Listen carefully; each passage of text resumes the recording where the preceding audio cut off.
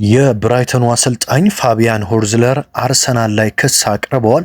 በርካቶች እኚህ የብራይተን አሰልጣኝ ይህንን የተናገሩት አርሰናልን ስለፈሩና ስለደነገጡ ነው እያሉ ሲገኙ፣ የመድፈኞቹ አሰልጣኝ ሚኬል አርቴታ ደግሞ ለዚህ አሰልጣኝ መልስ የሚሆን ነገር እንግዲህ በትላንትናው ጋዜጣዊ መግለጫ ሰጥተዋል ማለት ነው። ብዙዎች በዛሬው ጨዋታ የኦዴጋርድና የዴክላን ራይስ መኖር ጉዳይ እየጠየቃችሁኝም ትገኛላችሁ። እነዚህንና የዕለቱን ወሳኝ ጥንክር እንግዲህ እንደተለመደው በአማረ መልኩ ወደ እናንተ አደርሳለሁ። አሰልጣኝ ፔፕ ጋርዲዮላም ድጋሚ ስለ አርሰናል ከዛሬው ከኖቲንጋም ፎረስት ጨዋታቸው በፊት ተናግረዋል። እንግዲህ ሁልጊዜ እንደምላችሁ አሰልጣኝ ፔፕ ጋርዲዮላ አንድ ትልቅ የጭንቅላት ጨዋታ ሁልጊዜ መጫወት ይፈልጋሉ። እሱ ምንድነው? አርሰናል መሪ ሲሆን እነሱ ከኋላ በሚከተሉ ሰዓት አርሰናል ላይ ጫና ሊያሳድሩ የሚችሉ ንግግሮችን በየጊዜው ማድረግ ይወዳሉ። ይህንን የሚያደርጉበት ምክንያት ምንድነው? የአርሰናል ተጫዋቾች ሆኑ አሰልጣኞች ስልካቸው መጠቀማቸው አይቀርም፣ ማህበራዊ ሚዲያዎችን መጠቀማቸው አይቀርም። ስለዚህ የእሳቸው ንግግር ደግሞ እንደዚህ መድረሳቸው አይቀርም። ስለዚህ ያንን በሚሰሙ ጊዜ የመደንገጥ የመረበሽ ስሜት በአርሰናል መልበሻ ክፍል ውስጥ እንዲገባና ነጥብ እንዲጥሉላቸው ከዛ መሪነቱን አፈፍ አድርጎ ለመረከብ ፍላጎት እንዳላቸው በግልጽ ብዙ ጊዜ ነግሬያቸዋለሁ። በዘንድሮው የውድድር ዓመትም ትንሽ እያሸነፉ ሲመጡ አርሰናል ላይ ጫና ለማሳደር በየጋዜጣዊ መግለጫው ስለ አርሰናል ያወራሉ ተጫዋቾቹም። ፔፕ ጋርዲዮላም አርሰናሎችን በእርግጥ በዛ ጊዜ በተወሰኑ ጨዋታዎች ላይ ነጥብ መጣላቸው አሁን ማንቸስተር ሲቲ ለዋንጫው በደንብ ተስፋ እንዲያደርግና ከአርሰናል እኩል ዋንጫውን የማንሳት እድል እንዲኖረው አድርገዋል የዛን የሰሩት ስህተቶች። አሁን ግን አሰልጣኝ ሚኬል አርቴታ መሆኑ የአርሰናል ስብስብ ከዚህ ስህተቱ የሚማርበት ጊዜ ነው ብዬ አስባለሁ። ትናንትና እንግዲህ ስለ ኖቲንጋም ፎረስቱ ጨዋታ አሰልጣኝ ፔፕ ጋርዲዮላ ሀሳብ ሲሰጡ የፕሪሚየር ሊጉ መሪ አርሰናል ነው። አርሰናልን ብዙ ሰዎች በቆመ ኳስ ሲተቹ ሰማለው። ነገር ግን የቆመ ኳስ እጅግ አስፈላጊ ነገር ነው። እኔም ልጅ እያለው ስፔን ውስጥ ሆኜ እንግሊዝ ውስጥ በኮርና በጣም ጎበዞች ናቸው ቡድኖቹ፣ ከኮርና ግብ ያስቆጥራሉ ሲባል እሰማ ነበር በልጅነቴ። አሁንም ስመጣ የእንግሊዝ ቡድኖች በኮርና በርካታ ግቦችን ያስቆጥራሉ። ስለዚህ ሁሉም ቡድን ቢችል በኮርና ጎበዝ ቢሆን ደስ ይለዋል። እኛ ያ ላይ ጥሩ አይደለንም፣ ነገር ግን እንደ አርሰናል ጎበዝ መሆን እንፈልጋለን ብለው ከተናገሩ በኋላ ካሁን በኋላ ያሉ ጨዋታዎችን እያንዳንዱን ጨዋታ ማሸነፍ አለብን። ካሁን በኋላ መሸነፍ የሚባል ነገር አይታሰብም። ከተሸነፍን ከዋንጫ ፉክክሩ እንወጣለን። ከአርሰናል ጋር በካራቦ ካፕም በፕሪሚየር ሊጉም የምናደርጋቸው ጨዋታዎች ሁለቱም የዋንጫ ጨዋታዎች ናቸው። መሸነፍ አይቻልም። መጋቢት ወር ላይ ሰማዩ እየጠራ ሰማያዊ እየሆነ ይመጣል። ስለዚህ የዛን ጊዜ ደግሞ ልክ እንደ ሰማያዊው ማሊያችንን ለብሰን የፕሪሚየር ሊጉ መሪ መሆን አስደሳች ነገር ነው። መሪነቱን መጋቢት ላይ እንረከባለን ብዬ አስባለሁ ሲሉ ፔፕ ጋርዲዮላ እንግዲህ አርሰናሎች ላይ ጫና ለማሳደር የሚመስል ንግግር አድርገዋል። ይህም ንግግር በርካታ የአርሰናል ደጋፊዎችን እንግዲህ እያበሳጨ ይገኛል። በእርግጥ የፈለጉትን የመናገር መብት አላቸው።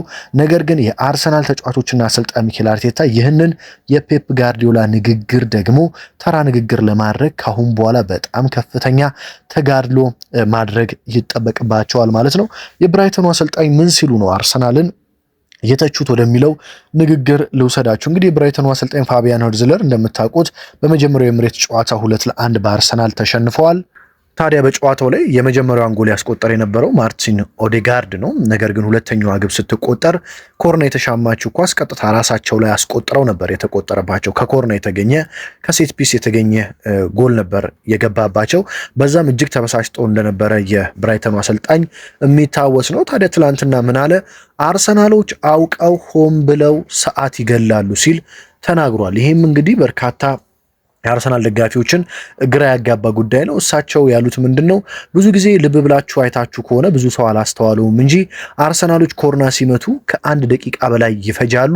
በተለይ ጨዋታውን እየመሩ ከሆነ አውቀው ሰዓት ለመግደል ከ1 ደቂቃ በላይ ኮርና ለመምታት ይወስዳሉ። ስለዚህ አውቀውና ሆን ብለው ነው ሰዓት የሚገሉት። ካሁን በኋላ ፕሪሚየር ሊጉም ሆነ የሚመለከታቸው የእግር ኳስ ማህበራት በቆመ ኳስ ሕግ ጉዳይ አዳዲስ ሕጎችን ማውጣት አለባቸው። ቡድኖች የኮርና ለመምታት እንግዲህ በጣም የሚሰጣቸው ደቂቃ ሊወሰን ይገባል ሲል ትችትና ክስ አቅርቧል። ይህም እንግዲህ ብዙዎች ፋቢያን ሆርዝለር ባለፈው በአርሰናል በኤምሬት በነበረው ጨዋታ ከኮርና ስለገባበት ዛሬም ያ እንዳይደገም ስጋትና ድንጋጤ አድሮበት ነው ሲሉ እየተናገሩ ነው የሚገኙት። አሰልጣኝ ሚኬል አርቴታ ግን ከዚህ ደግሞ ተቃራኒ የሆነና የብራይተኑን አሰልጣኝ የሚተች ንግግር ነው ያደረጉት በትላንትናው ጋዜጣዊ መግለጫቸው። ሚኬል አርቴታ ምንድነው ያሉት?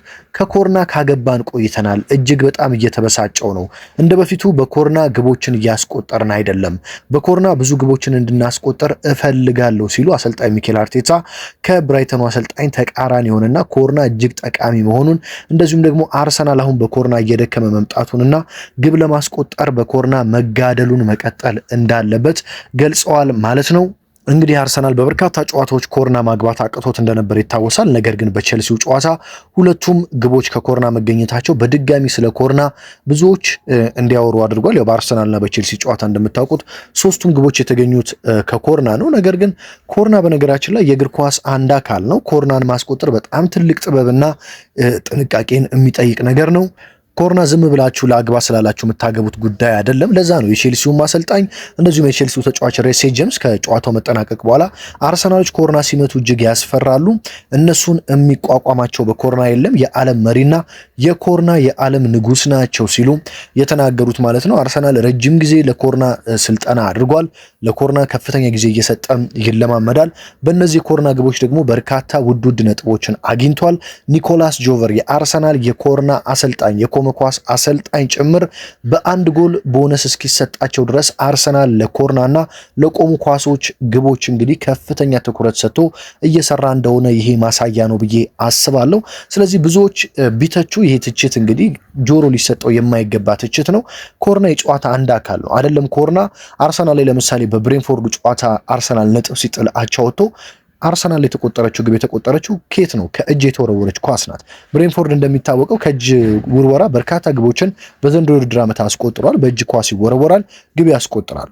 ይህ ኳስ ግብ አይደለም፣ ይሻር ማለት አይቻልም። ምክንያቱም የእግር ኳስ አንድ አካል ነው። ብቃት ካላችሁ ከእጅ ወርውራችሁም ይሁን ከበረኛ ጋር መታችሁም ይሁን ከኮርና መታችሁም ይሁን ብቻ ከየትኛውም ስፍራ መታችሁ ይሁን ወይም ደግሞ ጨዋታው ሲጀመር ከመሃል ሜዳ መታችሁ ማግባትም ከቻላችሁ ብቻ ግብ ማስቆጠርና ነጥብ ይዞ መውጣት ነው። ስለዚህ ፕሪሚየር ሊግ ጨዋታው እንደዚሁም የዩናይትድ የቀድሞ ተጫዋች ፖል ስኮልስም ለአርሰናል እንግዲህ ትንሽ ለየት ያለ ጥላቻ አለው ሲሉ ብዙዎች ይተቹታል። ትላንትና እሱም ምንድነው ያለው? በዘንድሮው የውድድር ዓመት የፕሪሚየር ሊግ ዋንጫ ለማንም መሰጠት የለበትም። ፕሪሚየር ሊጉ በጣም አሰልቺ ሆኗል። በዘንድሮ የፕሪሚየር ሊግ ውድድር ዋንጫ የሚገባው ቡድን አልተመለከትኩኝም። ስለዚህ ለፕሪሚየር ሊጉ ቡድኖች ዋንጫውን ለሚያሸንፍ ቡድን ዋንጫ ሊሰጠው አይገባም። ዘንድሮ በፕሪሚየር ሊጉ ዋንጫ ማሸነፍ የሚገባው ቡድን አልተመለከትኩም ሲል ፖል ስኮልስ እንግዲህ በተዘዋዋሪ አርሰናልን የሚናገር ንግግር አድርጓል። ለዚህ ንግግር ግን ፔፕ ጋርዲዮላ ጥሩ መልስ ሰጥተውታል። ፔፕ ጋርዲዮላ ምንድነው ያሉት? ዘንድሮ ዋንጫ ለማንም ቡድን መሰጠት የለበትም የሚሉ ሰዎችን ሰምቻለሁ። ነገር ግን ፍጹም ተሳስተዋል። ምክንያቱም ፕሪሚየር ሊግ ዘንድሮ እጅግ በጣም ከባድ ሆኗል። ከሌላ የውድድር ዓመቶች ሁሉ እንደ ዘንድሮ ከባድ ፕሪሚየር ሊግ ገጥሞኝ አያውቅም። በዚህ የፕሪሚየር ሊግ ውድድር ላይ ዋንጫ ማሸነፍ ከፍተኛ ትግልና ብቃት ይጠይቃል። ዘንድሮ የፕሪሚየር ሊጉን ዋንጫ የሚያሸንፍ ቡድን ብቃት ስላለው ነው። ምክንያቱም የፕሪሚየር ሊጉ ሁሉም ቡድኖች አስቸጋሪና በጣም አደጋ ፈጣሪ ሆነዋል ሲል እንግዲህ ፔፕ ጋርዲዮላ ለፖል ስኮልስ ንግግር መልስ ሰጥቷል ማለት ነው።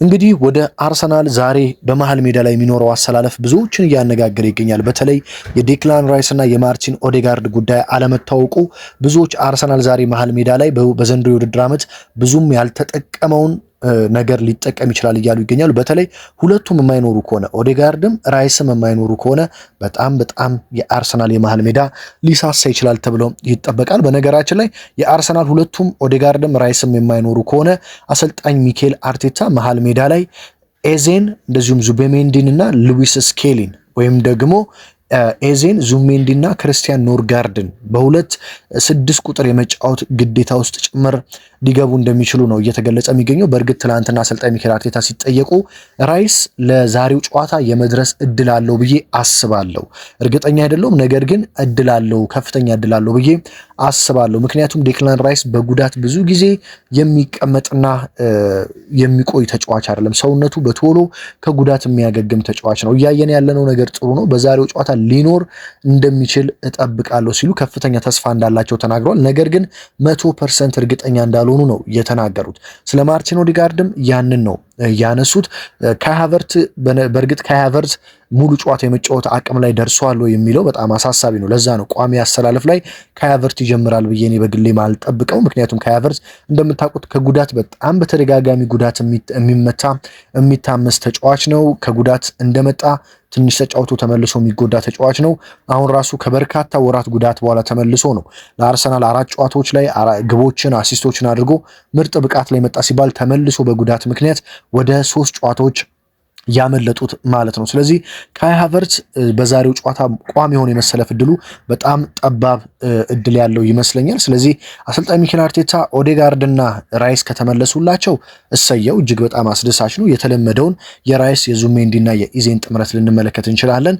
ወይም ደግሞ የራይስ ሳይመለስ ኦዴጋርድ የሚመለስ ከሆነ የዙሜንዲ የኦዴጋርድ እና የኢዜን ጥምረት ልንመለከት እንችላለን። ነገር ግን ሁለቱም ተጫዋቾች የማይኖሩ ከሆነ እንደነ ሉዊስ ስኬሊ ወይም ክርስቲያን ኖርጋርድ ከዙሜንዲና ከኢዜ ጋር በመሆን መሃል ሜዳ ላይ አንዳቸው ይገባሉ ተብሎ ይጠበቃል። ከዛ ካይ ሃቨርትዝ ተቀይሮ የመግባት እድል ይኖረዋል ተብሎ ነው የሚጠበቀው ማለት ነው።